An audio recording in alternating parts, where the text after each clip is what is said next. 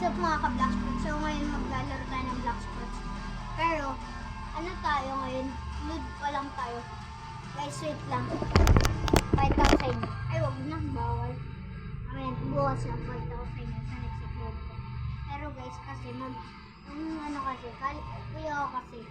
kuya ko, shoutout sa iyo, Isaac. Pero guys, yung kuya ko kasi, siya doon.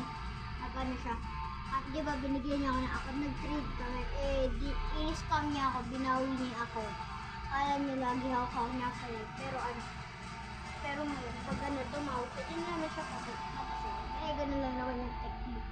So ngayon, ang bala kong gawin, mag-raid muna tayo. Pero sige, Isaac, shoutout sa'yo, tingin na mo. Wait lang, maglalaro muna tayo.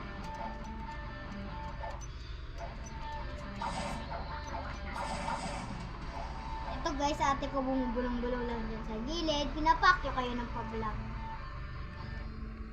Sorry guys. Diba? Kala nyo guys, matinok.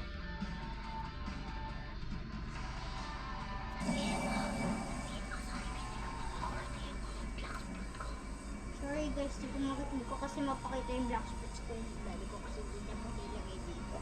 Kaya mas gusto ko pa naman dito nilagay.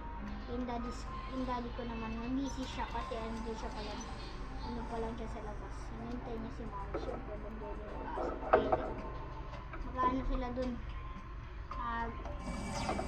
Pupunta pa ng circle.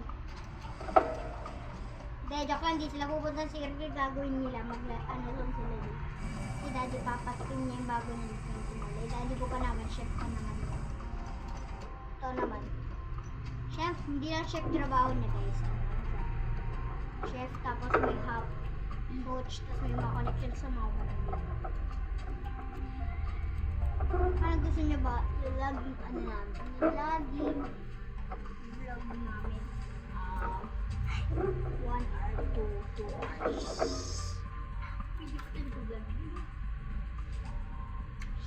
Sorry ngayon, hindi ko na mapapakita yung video ko. So ngayon, i-stop ko lang yung vlog for 1 to 2